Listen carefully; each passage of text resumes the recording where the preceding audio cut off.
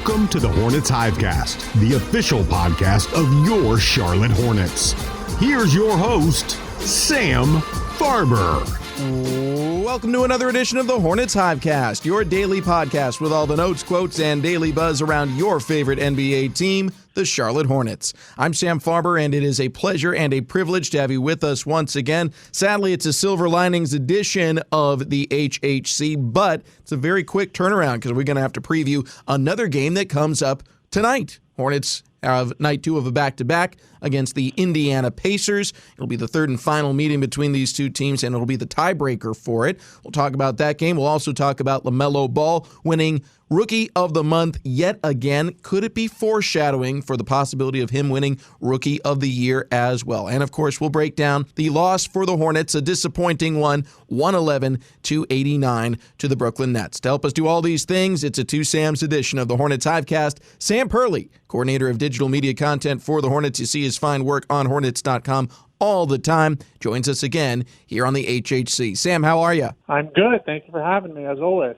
It is a pleasure and a privilege, as I like to say, to have you with us. Hornets fell 111-89. This one was not close. It was put out of reach early by a very hot Brooklyn team or by a very not Hornets team. Which do you think was the main culprit in quarter number one? Brooklyn shooting so well or Charlotte shooting as bad as they have in a couple of seasons, quite honestly? I think it was more on the Hornets offensive side. I just think you look at this team, you score 11 points and not getting good shots. You're not even really turning the ball over. You know, sometimes you are getting good shots and they're just not going in. I think at some point when you're getting good looks and they're just not dropping, that's going to eventually trickle over defensively. And you saw the Nets were also not only making their shots, but also making tough contested shots. And I think it just kind of snowballed. So maybe a combination of the two. I just think it was just one of those nights you just throw your hands up. Some of the guys said it afterwards, and it's just one of those nights. Shots don't fall, and you can only last so long in the NBA when you don't have your shots falling before it trickles over onto the defensive end. So obviously a tough showing last night in Brooklyn. I think James Borrego would agree with you. Yeah, obviously, not our finest performance. Starting the first quarter, scored 11 points. We had a major offensive issue tonight to start the game. So we got to correct it. We need other guys to step up. I'm not sure we had one guy step up offensively tonight. But we move forward, we move on. We got another one tomorrow night. So give Brooklyn credit. I thought they were great. They were fantastic. Really struggled offensively to score tonight. First and third quarter, an 11-point quarter and a 17-point quarter. That's not going to get it done most nights in an NBA game. So give Brooklyn credit. I think JB's right. Brooklyn earned the win. They played well enough to get the victory, and I'm not sure if the Hornets shot their personal season average, if that would have made much of a difference. But it is alarming when you see 11 points go up on the board for a 12-minute segment of a game. Playing this team, and you look at the box score, it's 32-11 after the first quarter, and this is a team that, yes, they are missing Kevin Durant, they are missing James Harden, but they do have a ton of other tremendous players. Kyrie Irving, LaMarcus Aldridge looks really good for them in his first appearance with the Nets. They had a couple big bench outings, too, from Landry Shamet and Tyler Johnson, so there's a reason why they're going to be in the NBA Finals, and it's not just for a contender for the NBA Finals. And it's not just because of those big three guys. They got a really, really deep roster. And they did this on a night, too, where Joe Harris had kind of an off night.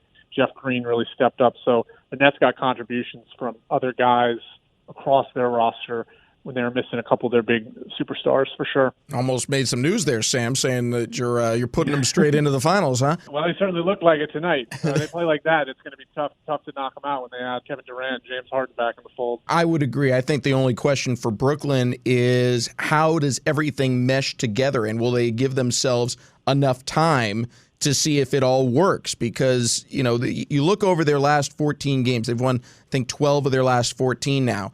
But only 4 games, including last night's win over the Hornets, were against teams that had better than 500 records. So, certainly they've shown they can beat anyone in the NBA on any given night. But to win a 7-game series against Milwaukee or against Philadelphia, they're going to be tested in a way that the regular season just simply does not test these elite teams. It remains to be seen just how good they can get consistently to come up with those wins. But they were a great offense. 111 points, basically coasting through the fourth quarter. They took their foot off the gas early in this one, put in a lot of subs just to rest their starters. Devontae Graham talked after the game about just how well Brooklyn played. You always want to get out to a good start, obviously. They did a good job of coming out and punching us in the face first, so, then they just kept it rolling. So, I mean, you got to give them credit, obviously. That's a good team over there. And, we got to come out with more energy, especially with them being on a back-to-back. But, give them credit. I understand why initial reaction is bad on Twitter. This was the first opportunity to be on a national stage in a while for this team, and it was a dud. There's no getting around that. I don't think there's much there to read more into this than they had a bad night against a good opponent and got beat soundly for it. I still think you have to go back to like January to find the last time the Hornets lost a game that everyone was in agreement they should have won, maybe even further back than that to the first Memphis game at home where they were playing without Ja Morant and the Hornets had a dud in that game as well. But for the most part, the Hornets, when they have an opportunity to win games, they win them.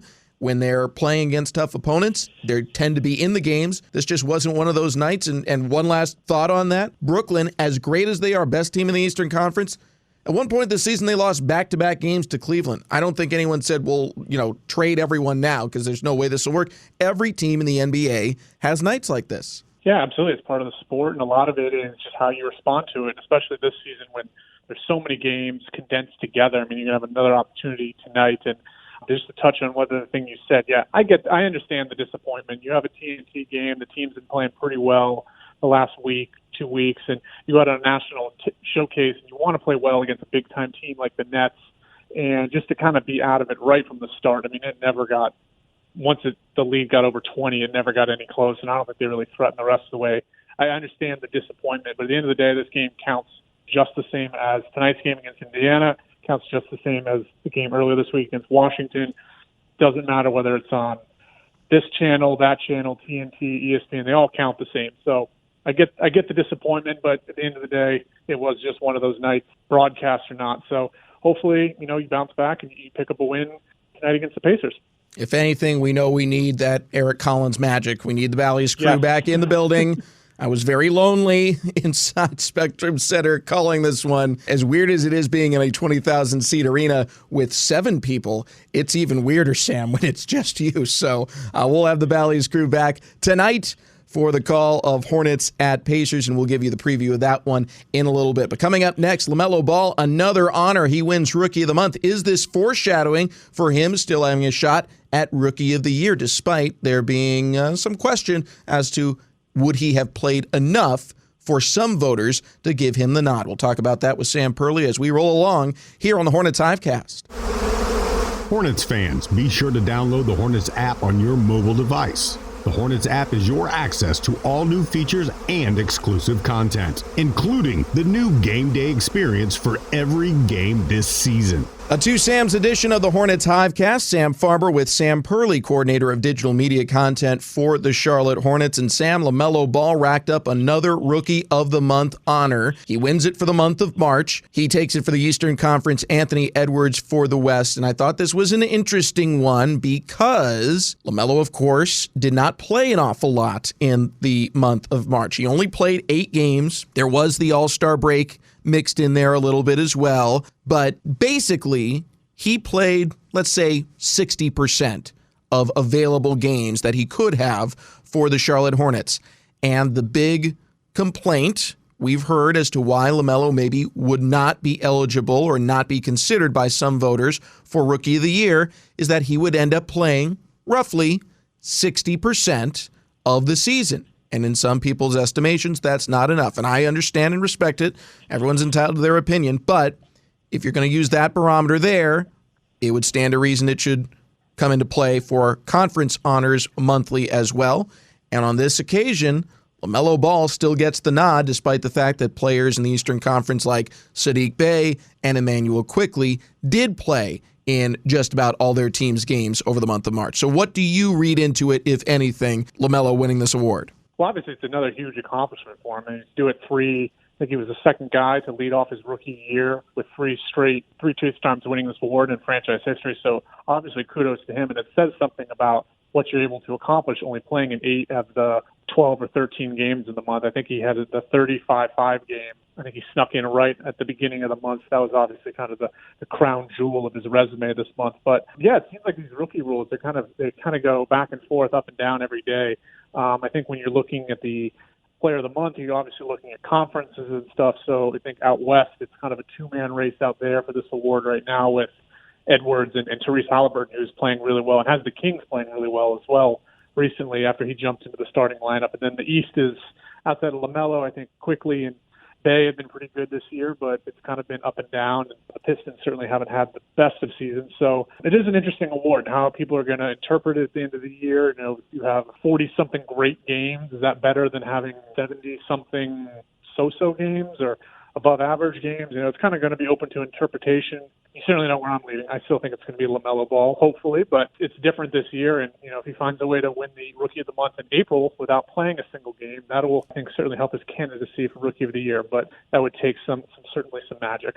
If anyone can do it, LaMelo can, but I would agree with you. I think that's outside the realm of possibility. You did mention that the Eastern Conference and Western Conference, obviously, you're being considered within your own, and the Eastern Conference, quite frankly, does not have another candidate that has really stepped forward to be considered for Rookie of the Year. If it were a conference-only award, maybe Saddiq Bey has accumulated enough stats, but they really pale in comparison to what LaMelo did, and obviously LaMelo affecting winning a lot more than Saddiq Bey did. The fact that it is a league-wide award, though, does, you know, if you're looking just from the perspective of you want LaMelo to win this, what Anthony Edwards is doing right now is impressive. Now, granted, in terms of efficiency, it is not close. He is nowhere near as efficient a player as LaMelo Ball was.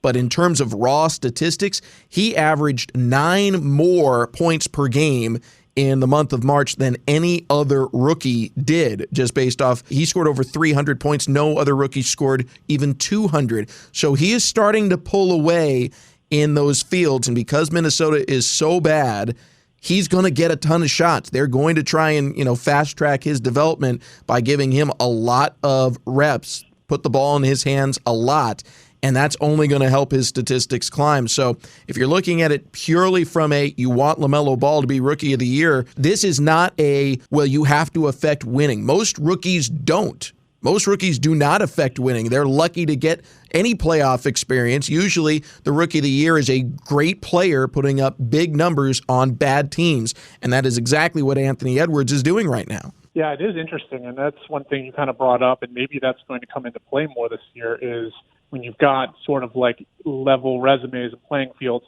how much does impact winning come into play? Most of these top rookies are going to get drafted to teams that weren't good the year before. That's why those teams have top picks. Minnesota was not a very good team last year. That's why they had a top pick. Golden State, in a weird situation, they ended up getting that top pick. They're kind of hovering around the playoff spot, so they're kind of in a position where we're going to play James Wiseman, we're not going to play James Wiseman as much. So it's really interesting because the rookies all go to kind of different situations and different locations, and it really impacts sort of the opportunity they have. You have, like you mentioned, someone like Anthony Edwards, who's got a team that is struggling to compete this year. You're kind of just going to give him the green light and just really, really get his usage up and see what he can do. So it is interesting just with all the rookies, you know, how are you going to value winning? Are you going to value playing time? Or are you going to value minutes? I mean, is it a rookie's responsibility to be winning games and impacting, like, we know, do we hold them accountable like we do the MVP? So it's kind of all, I think, in the eye of the beholder and the voter, you know, what they value more. But certainly I think winning and team success could be a factor this year with the race kind of so level this year, factoring in LaMelo's injury now. And I think this is a year where it could and maybe should be factored in more than normal because, again, most years the top 2 or 3 rookies are drafted to terrible teams. But I think there's less of an excuse for the guys who were picked in the top 3 this year to be on bad teams just because of how the draft shook out. Minnesota was bad, but Karl Anthony Towns is another superstar. D'Angelo Russell is an all-star. That Minnesota team at its core is better than most teams when they pick number 1. Usually you don't have another all-star, let alone 2, to bring the rookie along with. Minnesota does. Golden State, similar situation. They got hit so hard with the injury bug the year before that they just hit rock bottom.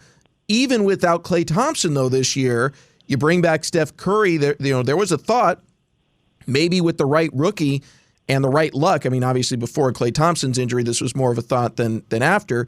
But the right rookie might help this team compete for a championship immediately.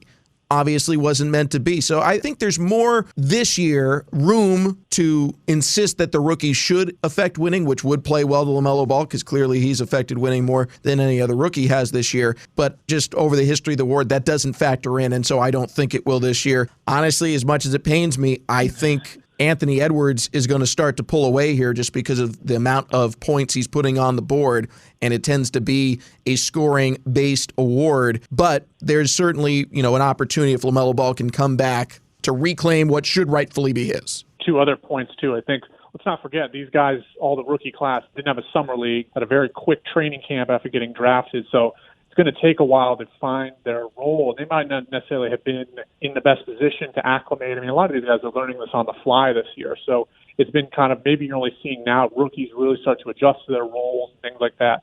And I think another thing you have to factor in this year is with the play-in tournament, there's a lot more teams now that think they can, or at least are in putting themselves in position to contend for one of those top 10 spots to at least get in the play-in tournament. Again, does that come at the expense of developing rookies and younger players and not playing them as much?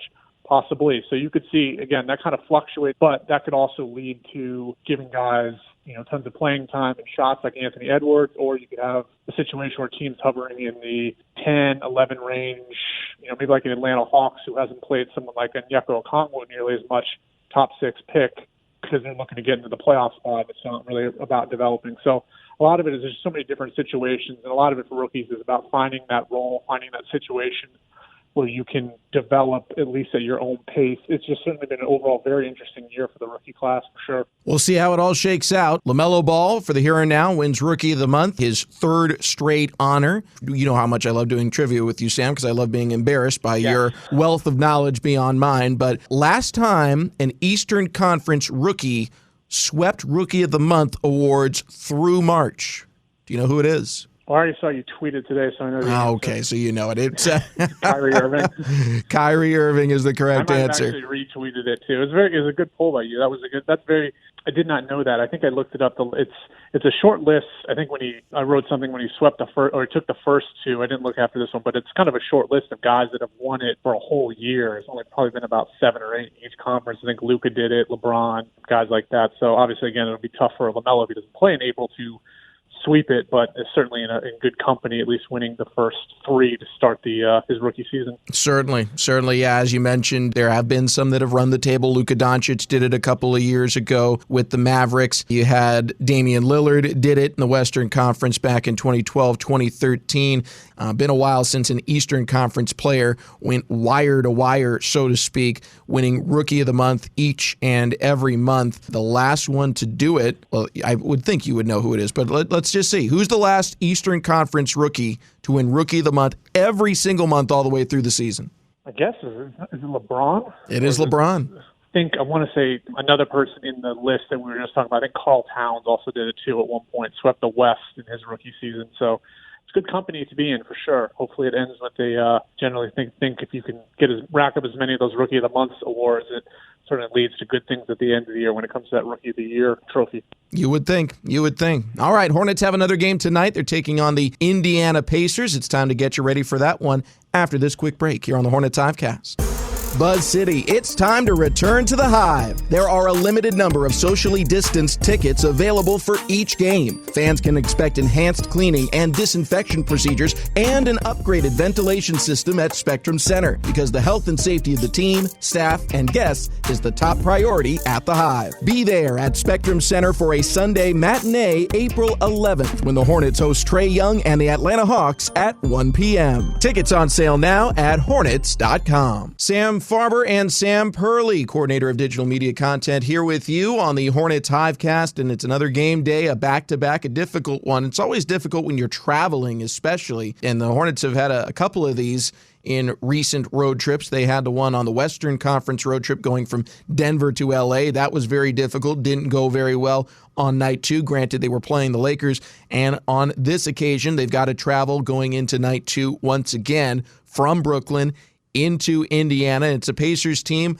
that they've split the first 2 matchups so far on the season, so the tiebreaker is at stake, and it's a Pacers team that, while they're a bit buried on the totem pole, they started yesterday in 9th place, they were still less than 3 games out of the Hornets spot, 4th place. So a lot can change very rapidly. Pacers certainly aware of that. They'll be looking for the W. What are your thoughts, Sam, on this matchup tonight? Well, it's always tough for the Hornets when they go to Indiana. This has been a tough place for them to play. Last 2 years, they've lost all 4 games there by an average of 24 points per game. So something about that Bankers Life Fieldhouse has not been very friendly to them. But interesting stretch. Indiana started the year 11-7.